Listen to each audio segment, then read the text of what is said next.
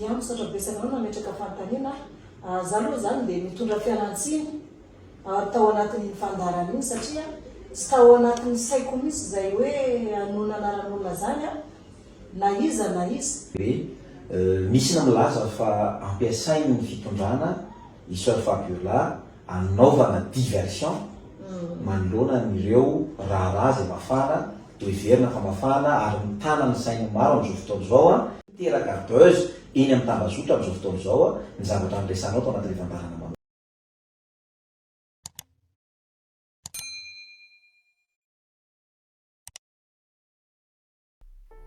Niteraka buzz tato amin'ny tambazotra serasera ny fivainanan'ny Soeur Fabiola tao amin'ny fandaharana l'invité des jours ny Real TV.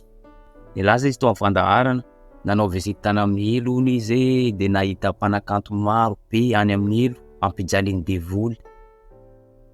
Feno olitra daholo ny vata ray manontolo dia tetetehany devoly amin'ny antsy dia nampidirina anatin'ny vilany ony dia nandrahoina patati patatay.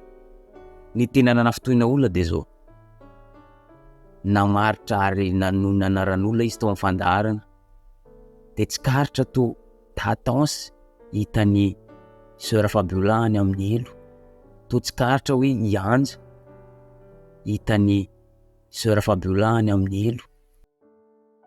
Mazava ho azy tafitohina ny olona tafitohina ny havan'ny tatanse, tafitohina ihany koa ny mpankafy azy satria mpanakantonana ny maizy azy ary be mpankafy indrindra teto Madagascar. Bromotra ny vadiny tatanse ary sady malahelo satria mamao fotamandrany izany. Tafitohina ihany koa ny fianakaviany anja izay voanody mandry voatsely. Marina moa tovolahy danseur izy io ary anisan'ny fantatr'olona tato amin'ny Facebook izy. Fanontaniana mipetraka dia zao manana andraikitra any amin'ny helo ve Soeur Fabiola ty sa ahoana ka mahita artista mpanakanto maro be any amin'ny helo? Tsy ho valetsika amin'ity vidéo ty zany. Fa ny tena fanontaniana dia zao misy ifandraisana amin'ny raharam-pirenena ve zao zavatra ataon'ny Soeur Fabiola zao? Misy ifandraisana amin'ny resaka politika ve? Satria zao korontana ny sainy malagasy ray manontolo adino sahady kay filoha repoblika nge tsy malagasy intsony. Andry Rinah Rajoelina nge fa tsy malagasy intsony adino. Indro ihany koa Fanirisoa Ernaivo hiakatra plateau ny Real TV. Etsy andany Soeur Fabiola malaza tao amin'ny Facebook. Misy ifandraisany ve zany? Ndao ho jerentsika inona valinteny izay avalin'ny Soeur Fabiola amin'izany. Teraka buzz eny amin'ny tambazotra amin'izao fotoana izao ny zavatra amresanao tao anatin'ny fandarana manokana. Za aloha zany dia tsy manao politika mihitsy. Za zany tsy manao politika mihitsy sady tsy mitanila atsy tsy mitanila ary tsy mitanila mizaniza. Fa renahy dia fivavahana ary tsy mampifangaro ny fivavahana amin'ny politika mihitsy zany. Noho izany tsy misy raha politika hijerako zany fa ny olona moa zany samy miteny zaina zaina fa za dia tena hoe madio tanteraka ny foko sy ny saiko ary ampahafantariko ny olona. Fa raha ny olona zay moa zany raha tsy fantatro zany tsy mifanerasera mizaniza ary za tsy manao politika zany hatramin'izay ka hatramin'izao tsy manao politika. Ankoatr'izay dia nametraka fialantsiny tamin'ny vahoaka malagasy rehetra maneran'ny nosy, indrindra fa ny mpankafy ny mpanakanto tatanse izay fanodimandry sy ianja satria lasa nanafitohina olona ilay zavatra. Tsy nieritreritra ny hanafitohina nizaniza mihitsy izy nandritra ny fivainanany tao amin'ny Real TV.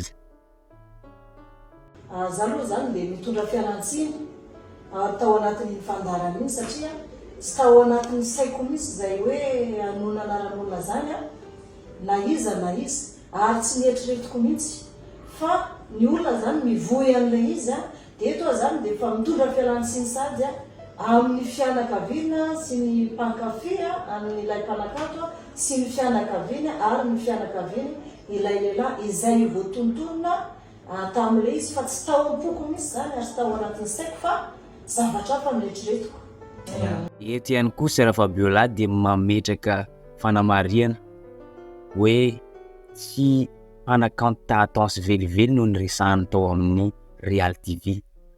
Olo samy hafa satria olo niresahany de olona tao tamatavy, maty tao tamatavy ary nilevana tao tamatavy.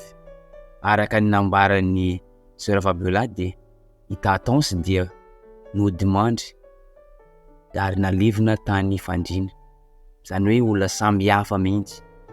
Ary nitovy ohatr'izay koa ny ikany Anja de olona samy hafa reo satria Anja dia tany Toliara izy no accident ary maty tany, fa ny olona resahany de teto Antananarivo. Ndao inotsika iny fanazavany.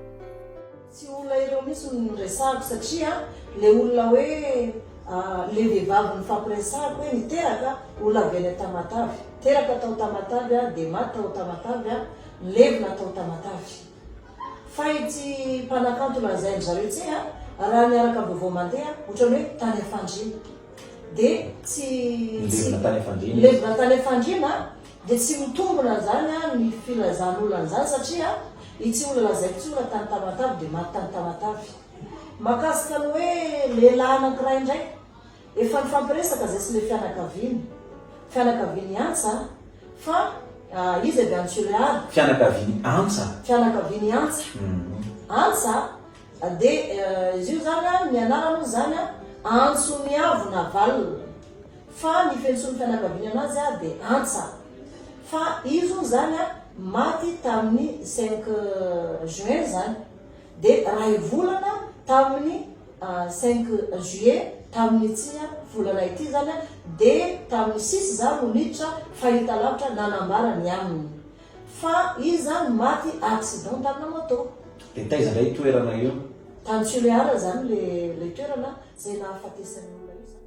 Eto am-pamaranana de tiako ny milaza fa nanakorontana Saim-Bahoaka i Soeur Fabiola. Nanafitohina ny vahoaka manerina ny nosy. Ny zavatra tsikatra de zao, nalala Nialatsiny izy rehefa tsapany fa nanafitohina olona ny zavatra nataony. Eto koa de ny lesona azo tsoana de tsy voatery ho diso ianao, tsy voatery ho marina ianao, ary rehefa diso moa ianao mba mahalala Mialatsiny. Zay ny vidéo tsika androany, azadino ny miabone sy manisy j'aime an'ity vidéo ty de amanaraka indray.